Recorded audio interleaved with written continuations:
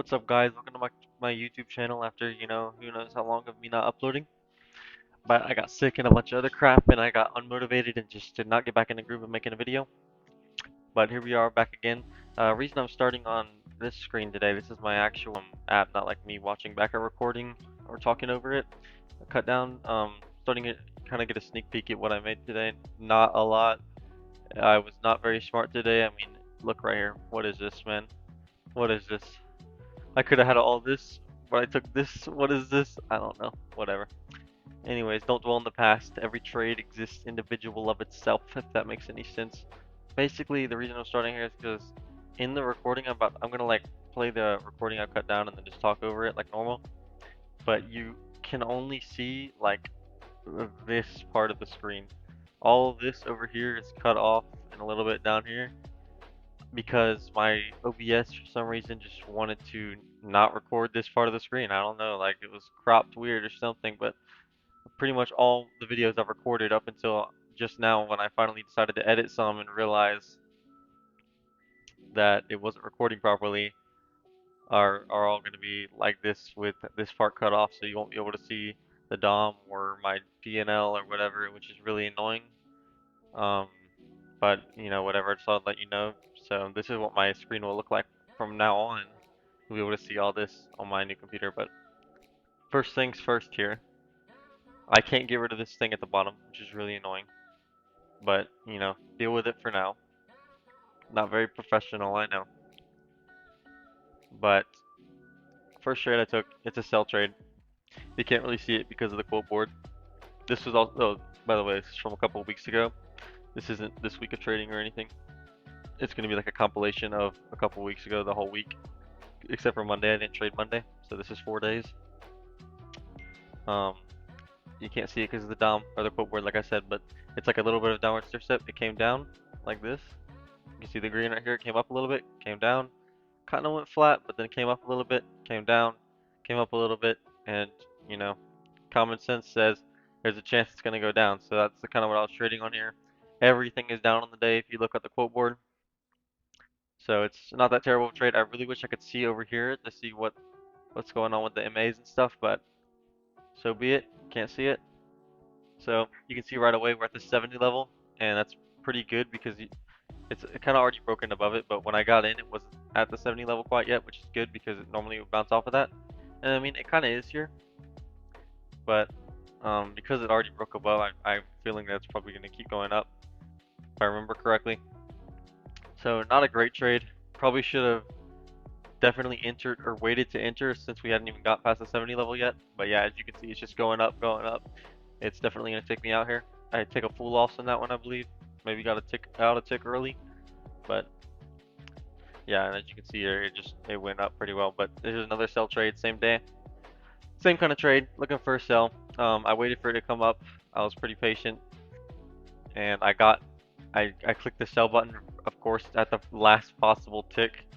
So my entry is pretty much the worst it can get on this candle, but that doesn't really matter. As long as you have your stop placed properly and stuff, all you're really losing is a point as long as you're right on the trade. But entry is definitely important, and I definitely need to work on my entries. So against me, right at the start, as soon as I'm in, not great, but get that discipline, hold it. You can see on the left here, it's flat.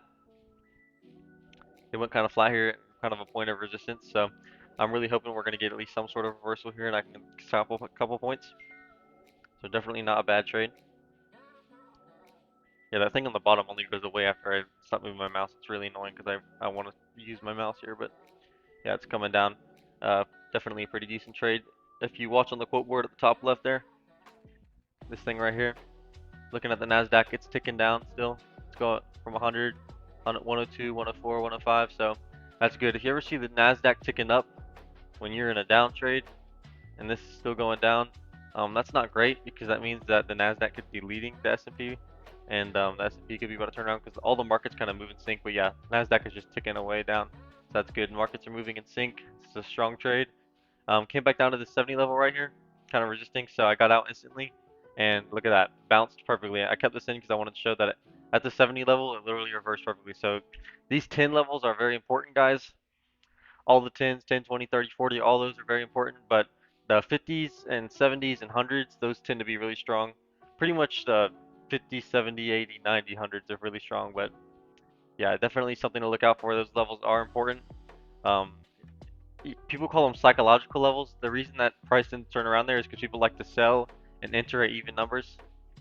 It's just how it's always worked, and it works. It's definitely tried and true. So definitely keep an eye out for those levels. Price can definitely bounce there if you're in a trade and it's a strong upward moves, but then you get a strong downward because you hit a level like that. Um, that would be a sign to get out. Or if it starts to go flat at a level like that, um, after a strong move, that might actually be a sign to stay in because you know that it's going to resist there because it's a strong level. So it's not just price, starting to go flat. It's because it hit a resistance level. So that could be a reason for you to stay in and not be too worried about it turning against you. That was a pretty good trade, pretty good winner. Covered my loss on that day, so I think I come out with a point or two of profit at least. What I'm doing right now is I was changing a setting because every time I was moving my stop and take loss, it was making me answer a question to confirm, and I did not like that at all. But anyways, yeah, on this trade you can see we're immediately in profit. I ended this trade because if you look to the left here, it came up, came down, bounced, came up, came down, bounced, came up, came down, kind of bounced. You can kind of count this as a bounce.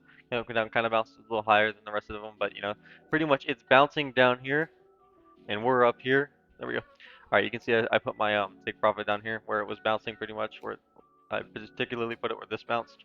That was the most recent bounce. So if it rode all the way down here, that'd be my 10 points, I believe. Um, just below 800 to just below 90, or right at 90, it looks like. So basically 10 points would have been perfect if I held it out down to here. But it came down to this 550 level, and price started to judder. That intuition was just telling me that it's not going all the way down. I didn't feel the price was that strong. So I get out. I'm not sure if I show. Okay, yeah. You saw there for a split second before it changed, but let me just do.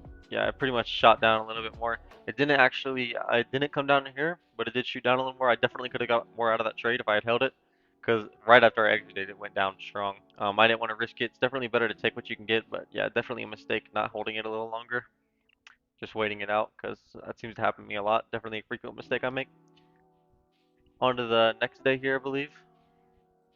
You can tell I definitely was just taking 1 to 2 trades a day, staying out, definitely not over trading. Learned my lesson. But pretty much the same as the last trade we looked at. It bounced, bounced, bounced, bounced, bounced, bounced. I set my profit down for here where it bounced, but same mistake again. I got out early, I believe, but I think that was actually good. You can see price starting to get a little weaker here. Um, Weaker candles, smaller candles in here for sure. So it's definitely weakening. So I don't blame myself entirely for getting out. And you can see right here, price bounced. You got some really long wicks right here. Definitely bounced a lot right there. So not totally big mistake. Definitely could have bounced there for sure. So I don't blame myself for getting out there as much as the previous day. And then this is what's going on here. Is I think I mixed up the order of the trades. So what you're going to be seeing first is my last trade, and then it's going to be my first and second trade after this. So just kind of a spoiler, but whatever. This trade came down, bounced up, came down, and just because it bounced here and there's a resistance here and pretty much all through here, I was expecting another bounce. I'm late getting into it, but that's fine. You don't have to be perfect entry to get take profit, and you don't have to enter right where it bounces to take profit. If you think it's going to keep going up, enter wherever you want.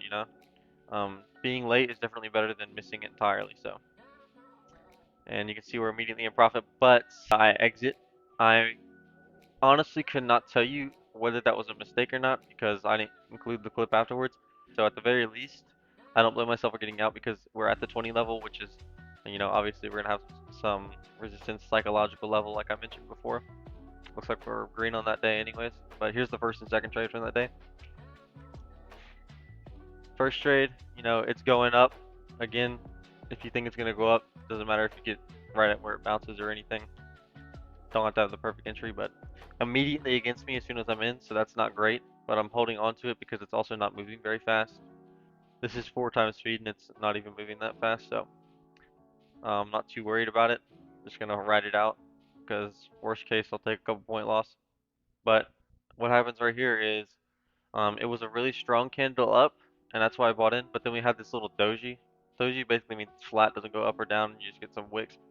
Doesn't really mean anything necessarily, but I personally don't like seeing a doji after a strong move. So personally, I would have gotten out of that trade a little sooner. But I'm pretty sure I looked at that and I was like, yeah. But in this case, got kind of a strong pop up there, and it comes back out of that pop up, and I'm thinking right now, I'm like, man, I should have got out when it popped up, man. I'm so regretting that because that was like, probably like two, maybe 3.5 or 2.5 points. But yeah, I just get out as soon as it comes to taking profit because I didn't want to risk it.